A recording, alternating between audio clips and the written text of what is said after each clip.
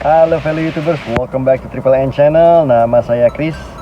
Kebetulan hari ini saya sambil ojol dan food delivery ya. A little slow today, jadi saya decided untuk make a video. Topik yang akan saya bahas hari ini itu masih seputar ojol, dan topik tersebut adalah tip baiting. Saya akan bahas topik tersebut. Simak aja yuk, lanjut.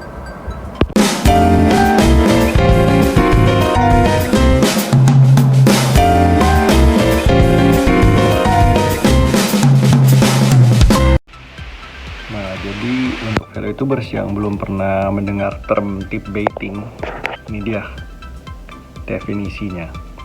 For context, tip baiting is when someone places an order through an app like DoorDash or Uber Eats with a sizable tip.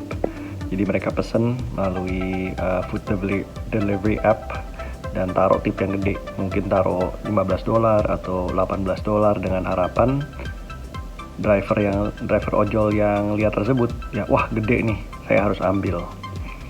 Tetapi this incentivize driver to pick up and prioritize their orders. Then after the order has been delivered, the customer revises their tip to be lower or even eliminates their tip completely. Jadi ada begitu sampai makanannya langsung di revise, jadi diturunin lower, atau bahkan tip yang gede itu yang saya bilang tadi 10 atau mungkin $20 itu dihilangin, jadi cuman hanya mendapat bare bone saja drivernya. Jadi inilah yang dimaksud dengan namanya tip baiting. Nah, tip baiting, jadi ada beberapa food delivery application yang sebenarnya maksudnya baik ya. Dia memberikan option untuk sisi customer, misalnya mereka puas dengan service yang diberikan dengan ojol drivernya, mereka customer bisa memberikan tip lebih ekstra. Jadi to show appreciation. Jadi maksudnya baik, tetapi ada beberapa oknum yang menyalahgunakan. Jadi hanya taruh tipnya gede di awal, tetapi ketika diberikan kesempatan 1 jam tersebut during time slot, oknum konsumer tersebut malah turunin, bahkan dia bisa nolin. Jadi si ojol driver tersebut kerja hanya mendapatkan bare bone fee saja, yang mungkin hanya $2 atau bahkan $3 saja. So it's not a good practice, it's terrible, but hey, sometimes that happens, and yeah, it sucks, but it is what it is, right? Saya kasih contoh habis ini, stay tune aja ya. Jadi ini yang saya maksud dengan possible clickbaiting. Jadi waktu itu saya mendapatkan order yang total payoutnya sebesar $17.20. This is actually a good order, really good order, karena hanya harus menyetir 7,6 mile saja. Jadi total payoutnya itu equals to more than $2 a mile driven, which is good, really good. Tapi seperti yang saya sudah bilang, bahwa certain platform allow 1 jam sebelum consumer tipnya untuk reflect ke sisi driver. Jadi inilah total yang saya terima begitu saya deliver, $4.92. Jadi ada waktu 1 jam sebelum saya menerima tip yang diberikan sebesar 12 and some change itu ya. Saya nggak hitung exactly possible-nya berapa, tapi estimate tripnya ini ditulis $17.20 including tip. Bisa nggak customer ini edit dia punya tip menjadi 0? Bisa. Jadi inilah yang saya maksud dengan possible clickbaiting. Di time window 1 jam ini bisa dinaikin atau bisa diturunin. Luckily ini customer amat sangat baik dan royal sekali. Jadi saya diberikan ekstra tipnya, diberikan rezeki sama Tuhan.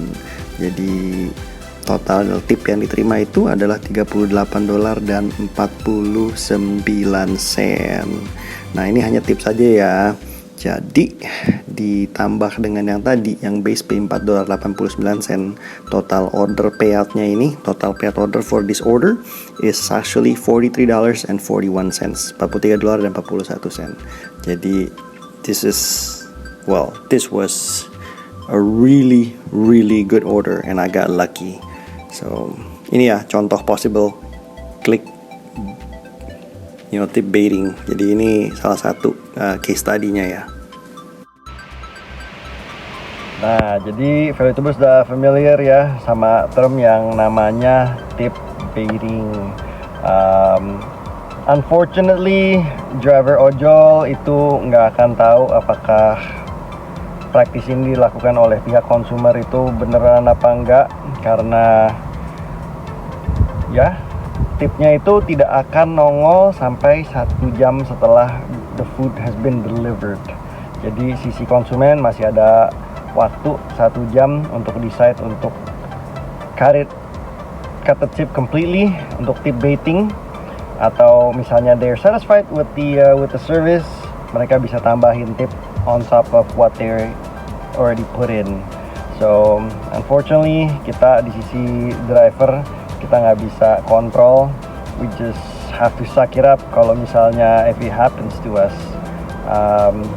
Sadly itu adalah bagian sehari-hari dari mengerjakan ojol food delivery ya. I believe sekarang ini Lyft itu udah mulai mencoba ada pilot projectnya untuk seperti itu, dimana customer udah bisa memberikan upfront tip in hoping that the driver will accept the offer ya. So anyways, sekian ngobrol hari ini mengenai tip baiting. Bagi ValueTubers yang di sana yang nonton channel ini yang juga mengerjakan ojol, semangat. Kalau misalnya kena tip baiting, just let it go, move on.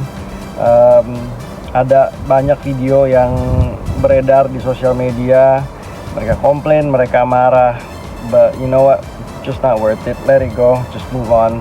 There's gonna be another offer yang lebih baik ya. So anyways, sekian video kali ini. Jangan lupa untuk like dan subscribe ke Triple N Channel, di mana kita akan lanjut ngobrol, nyantai, dan ngopi. Take care ValueTubers, be good and be well. Okay? Ciao!